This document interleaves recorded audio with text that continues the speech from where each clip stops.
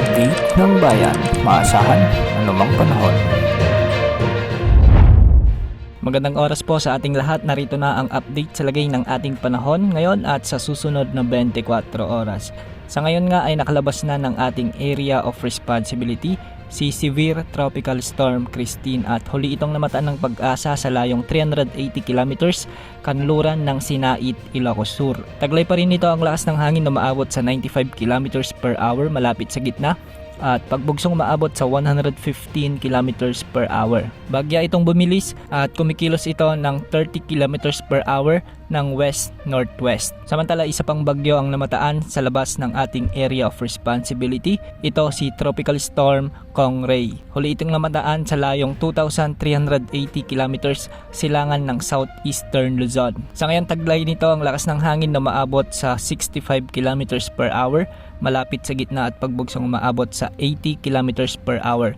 May kabilisan ang pagkilos nito sa bilis na 35 kilometers per hour sa direksyong northwest. Ating tatalakayin maya-maya lamang ang tungkol sa paparating na bagong bagyo. Sa ngayon apektado pa rin ni Bagyong Christine ang malaking bahagi ng Ilocos Region, Zambales at Bataan kaya makakaranas pa rin ang mga lugar na ito ng maulan at may mga malalakas na pagbugso ng hangin. Samantala sa Metro Manila at nalalabing bahagi ng Luzon ay magiging maulap ang mga kalangitan na may mga kalat-kalat na pagulan at pagkidlat, pagkulog. Dulot pa rin ito ng trough ni Bagyong Christine. Samantala magiging maulap naman ang mga kalangitan na may mga kalat-kalat na pagulan sa bahagi ng buong Visayas sa may Zamboanga Peninsula at Northern Mindanao.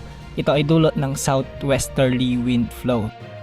Hindi po ito habagat kundi ito ay isang southwesterly wind flow, ibig sabihin isang hangin na nanggagaling sa may timog kanluran.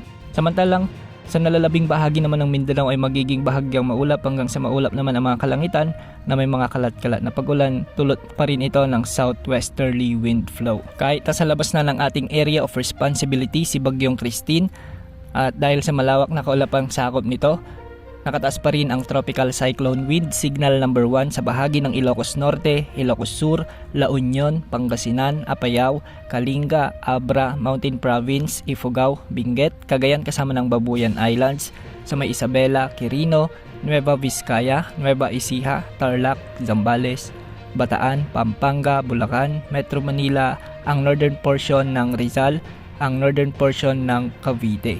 Ang mga lugar na ito ay makakaranas pa rin ng mga pag-ulan at pagbugso ng hangin dulot ni Bagyong Christine. Samantalang may gale warning naman na nakataas sa northern and western seaboards ng Luzon. Mapanganib ang paglalayag sa mga karagatang ito kaya mahigpit na pinagbabawal ang paglalayag ng kahit na anumang sasakyang pandagat. Samantala ayon sa forecast track ni Bagyong Christine, sa mga susunod na araw ay patuloy itong kikilos ng westward o pakanluran.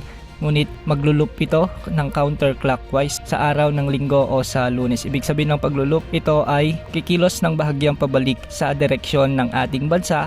Ngunit hindi naman ito nakikitang tatama muli. At dahil sa nasa karagatan pa nga lang ito, posibleng umabot pa ito sa may typhoon category sa mga susunod na araw. Samantala si Bagyong Kongray naman ay inaasahang papasok na ng ating area of responsibility bukas o di kaya naman ay sa susunod na araw. Kung sakaling pumasok ito, papangalanan ito ng pag-asa bilang Bagyong Leon.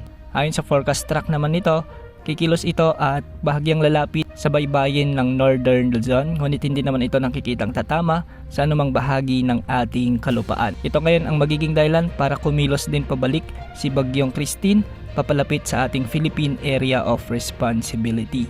Sa ngayon hindi pa naman nakikitang magkakaroon ng Fujiwara effect, ngunit hindi naman inaalis ang posibilidad nito. Yan ang update sa lagay ng ating panahon. Ito pong weather update ng bayan. Maasahan anumang panahon.